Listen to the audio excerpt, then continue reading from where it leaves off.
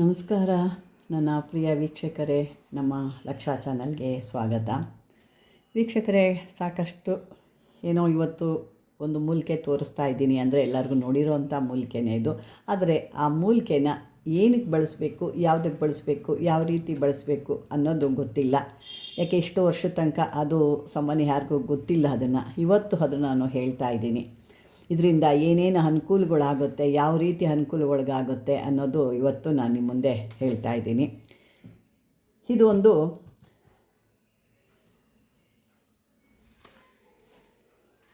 ಸಹದೇವಿ ಗಿಡ. ಇದು ಸಹದೇವಿ ಭಾಳ ದೊಡ್ಡದಿದೆ, ಅದಕ್ಕೆ ನಾನು ಕಟ್ ಮಾಡಿದ್ದೀನಿ. ಉದ್ದ ಇದೆ ಭಾಳ, ನಿಮಗೂ ಕಾಣ್ತಾ ಇದೆ ಇಲ್ಲಿ ನೋಡಿ. ಇದು ಸಹದೇವಿ ಬೇರು. ಹೂಗಳು ಕೂಡ ನಿಮಗೆ ಕಾಣ್ತಾ ಇದೆ ಅಂದ್ಕೊಳ್ತೀನಿ. ನೋಡಿ, ಇಲ್ಲಿ ಹೂವು ಅದ್ರದ್ದು ಕಾಣ್ತಾ ಇದೆ. ಇದು ಸಾಮಾನ್ಯಗೆ ಎಲ್ಲ ಕಡೆ ಸಿಗುತ್ತೆ. ಏನು ಅದ್ಭುತವಾದಂಥ ಏನಪ್ಪ ಸಿಕ್ಕಲ್ಲ ಅನ್ನೋಂಗಿಲ್ಲ. ಸಾಮಾನ್ಯ ಎಲ್ಲ ಕಡೆ ಈಗಂತೂ ಪಾಟ್ಗಳಲ್ಲಿ ಭಾಳ ಜನ ಹಾಕ್ಕೊಂಡಿದ್ದಾರೆ. ನಮ್ಮ ವೀಡಿಯೋಗಳು ನೋಡಿದ ಮೇಲೆ ಎಲ್ಲನೂ ಒಂದು ಕೆಲಸಕ್ಕೆ ಬರುತ್ತೆ ಅನ್ನೋ ಉದ್ದೇಶಕ್ಕೆ ಈಗ ನಮ್ಮೆಲ್ಲ ವೀಕ್ಷಕರು ಕೂಡ ಭಾಳಷ್ಟು ಜನ ಪಾಟ್ಗಳಲ್ಲಿ ಹಾಕ್ಕೊಂಡಿದ್ದಾರೆ. ಅಥವಾ ಕೆಲವ್ರ ಕಡೆ ಒಬ್ಬರಿಗೆ ಸಿಗುತ್ತೆ, ಬೇರೆ ಕಡೆ ಎಲ್ಲ ಹೊಲಗಳಲ್ಲಿ ಅಥವಾ ಈಚೆ ಹೋದಾಗ ಕೆಲವೊಂದು ಇದರಲ್ಲಿ ಇದು ಸಿಗುತ್ತೆ. ಸಾಮಾನ್ಯಗೆ ಸ್ವಲ್ಪ ಹುಡುಕಬೇಕು. ಕೆಲವೊಂದು ಕಡೆ ಇದು ಇಲ್ಲ, ಕೆಲವೊಂದು ಕಡೆ ಇದು ಎಚ್ಚೆತ್ತವಾಗಿ ಸಿಗುತ್ತೆ. ಈ ಹೊಲ ಗದ್ದೆಗಳಲ್ಲಂತೂ ವಿಪರೀತ ಸಿಗುತ್ತೆ ಇದು. ಹಾಗಾಗಿ ಈ ಒಂದು ಅದ್ಭುತವಾದ ಗಿಡ ಸಹದೇವಿ ಅಂದ್ರೇ ದೇವಿ ಸಹ ಎರಡೂ ಇದೆ ಇದರೊಳಗೆ. ಅಂದರೆ ಇದು ಮಹಾಲಕ್ಷ್ಮಿಗೆ ಭಾಳ ಪ್ರೀತಿಯಾದಂಥ ಒಂದು ಮೂಲಿಕೆ ಇದು. ಇದೊಂದು ಅದ್ಭುತವಾದಂಥ ಆ ಮೂಲಿಕೆ ಆ ದೇವಿಗೆ ಇಷ್ಟವಾದಂಥ ಮೂಲಿಕೆ.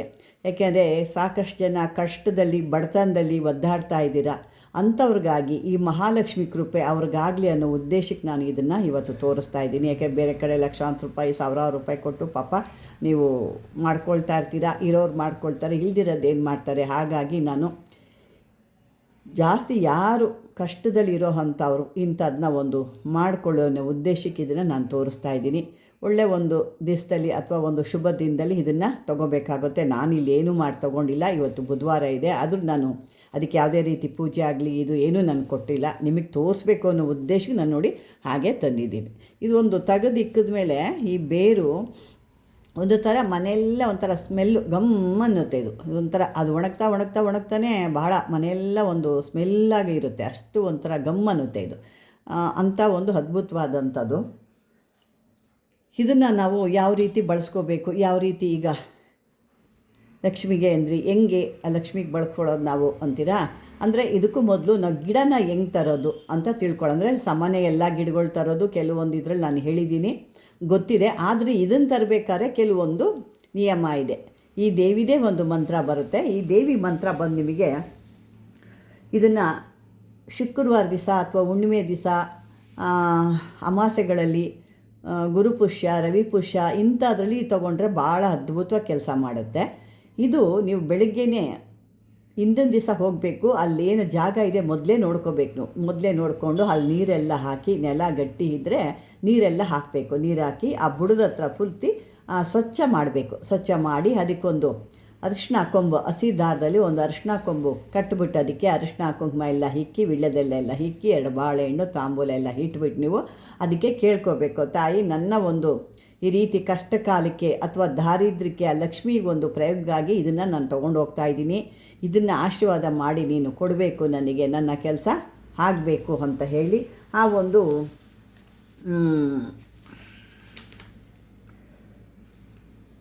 ಹೇಳಿಬಿಟ್ಟು ಅದನ್ನು ಬರಬೇಕಾಗತ್ತೆ. ಒಂದು ನಿಂಬೆಹಣ್ಣಾದರೂ ಬದಿ ಕೊಟ್ಟು ಬಂದರೆ ಇನ್ನೂ ಒಳ್ಳೆಯದು. ಅದನ್ನು ಬೆಳಗ್ಗೆ ಹೋಗಿ ನೀವು ಅದಕ್ಕೆ ಪೂಜೆ ಮಾಡಿ ಧೂಪ ದೀಪ ಆರತಿ ಎಲ್ಲ ಎತ್ತಬೇಕು. ತೆಂಗಿನಕಾಯಿ ಸಾಧ್ಯ ಆದರೆ ತೆಂಗಿನಕಾಯಿ ಹೊಡಿಬೋದು.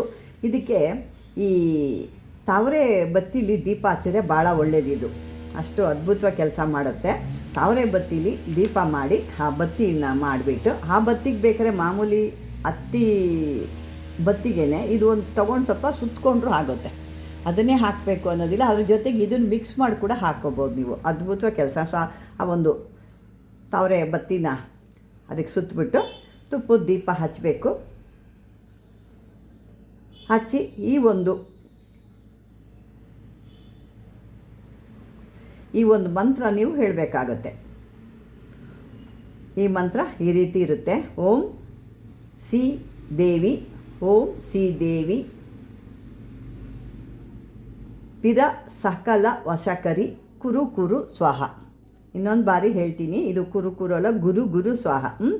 ಓಂ ಸಿ ದೇವಿ ಪಿರ ಸಕಲ ವಶಕರಿ ಕುರು ಕುರು ಸ್ವಾಹ ಅಂತ ಬರುತ್ತೆ. ಇದಕ್ಕೊಂದು ನಿಂಬೆಹಣ್ಣು ಮಾಮೂಲಿಯಾಗಿ ಒಂದು ಬಲಿ ಕೊಡಬೇಕು. ತಾವರೆ ಬತ್ತಿನ ಆ ಒಂದು ಏನು ದೀಪ ಹಚ್ಚಿ ಇದನ್ನು ನೀವೇನು ಮಾಡಬೇಕು, ಒಂದು ಬೆಳ್ಳಿ ತಾಯ್ತದಲ್ಲಿ ಇದನ್ನು ಬೆಳಗ್ಗೆ ಹೋಗಿ ಇದನ್ನು ಯಾರು ನೋಡ್ದಂಗೆ, ಸೂರ್ಯ ಹುಟ್ಟಕ್ಕೆ ಮುಂಚೆ ಯಾರಿಗೂ ಹತ್ರ ಮಾತಾಡಬಾರ್ದು, ಯಾರಿಗೂ ನೀವು ಅಲ್ಲಿ ದರ್ಶನ ಥರ ಅವ್ರನ್ನ ಯಾರು ನೋಡಿಕೊಂಡು ಮಾತಾಡ್ಕೊಂಬರ್ಬಾರ್ದು. ಆ ರೀತಿ ಹೋಗಿ ಬೆಳಗಿನ ಜಾವದಲ್ಲಿ ಇದನ್ನು ತಂದು ಆ ಬುಡನ ಏನಿದೆ ನೋಡಿ ಬೇರು, ಈ ಬೇರನ್ನ ಚೆನ್ನಾಗಿ ತೊಳೆದುಬಿಟ್ಟು ಅದಕ್ಕೆ ಗಂಧ ಅರಿಶಿನ ಕುಂಕುಮ ಎಲ್ಲ ಹಚ್ಚಿ ಅದನ್ನು ನಿಮ್ಮ ದೇವ್ರ ಮೈಲಿಟ್ಟು ಆ ಲಕ್ಷ್ಮಿ ಮುಂದೆ ಇಟ್ಬಿಟ್ಟು ಇದಕ್ಕೆ ಒಂದು ಪೂಜೆ ಅಂತ ಮಾಡಿ ಒಂದು ನೈವೇದ್ಯ ನಿಮ್ಮ ಕೈಯಲ್ಲಿ ಸಾಧ್ಯ ಆಗುವಂಥದ್ದು ಪರವಾಗಿಲ್ಲ, ಸಕ್ಕರೆ ಇಕ್ಕಿ, ಬೆಲ್ಲ ಹಿಡಿ, ಹಾಲಿಡಿ, ನಿಮಗೆ ಜೇನುತುಪ್ಪ ಹಿಡಿ, ನಿಮಗೇನಿರುತ್ತೋ ಮನೆಯಲ್ಲಿ ಅದನ್ನೇ ಹಿಡಿ. ಅದನ್ನಿಟ್ಟು ಒಂದು ನೈವೇದ್ಯ ತೋರಿಸಿ ನೀವು ಆ ಬೇರುಗಳನ್ನ ನೋಡಿ, ಈ ಬೇರು ನೀವೇನದು ಬೇರು ಅಂದರೆ ದೊಡ್ಡ ಬೇರು ಅಲ್ಲ, ಈ ಬೇರು ಏನಿರುತ್ತೆ ಈ ಬೇರನ್ನು ಮುರ್ಕೋಬೇಕು ನೋಡಿ. ಈ ರೀತಿ ಬೇರನ್ನು ಇದ್ರದ್ದೇ ಜಾಸ್ತಿ ಕೆಲಸಗಳು ಇರೋವಂಥದ್ದು.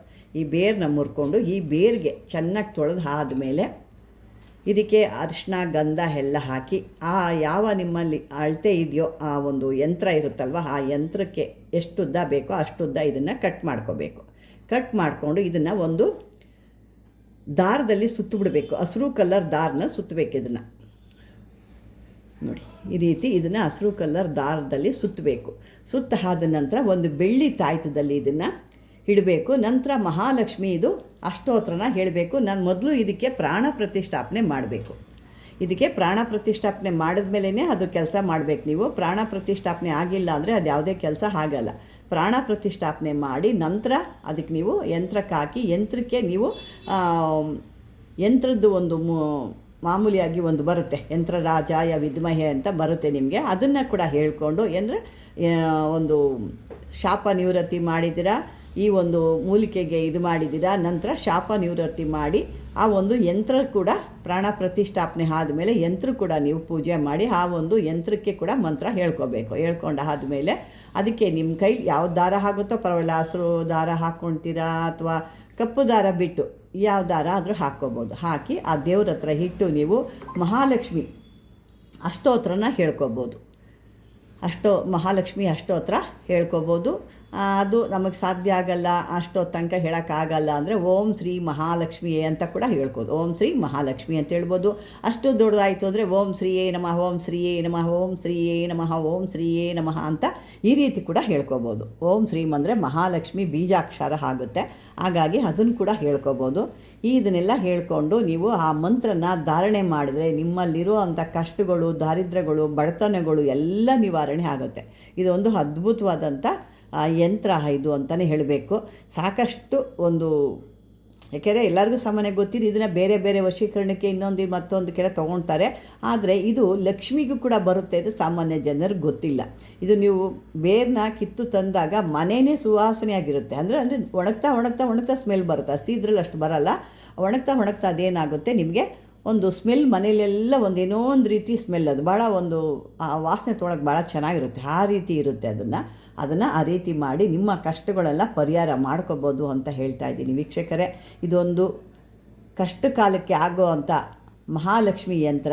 ಇದನ್ನು ನೀವು ಮಾಡಿಕೊಂಡು ಪ್ರಯೋಜನ ಮಾಡ್ಕೊಳ್ಳಿ ಅಂತ ಹೇಳ್ತೀನಿ. ಅದೇ ರೀತಿ ಈ ವಿಡಿಯೋ ನೀವು ನೋಡಿದ್ರೆ ಲೈಕ್ ಮಾಡಿ, ಶೇರ್ ಮಾಡಿ, ಸಬ್ಸ್ಕ್ರೈಬರ್ ಮಾಡ್ಕೊಳ್ಳಿ. ಹೈಪ್ ಅಂತ ಬರುತ್ತೆ, ಹೈಪ್ ಕೊಡಿ ಅಂತ ಹೇಳ್ತಾ ವೀಕ್ಷಕರೇ, ಇದುವರೆಗೂ ನನ್ನ ವಿಡಿಯೋ ನೋಡಿದ್ದಕ್ಕೆ ಧನ್ಯವಾದಗಳು.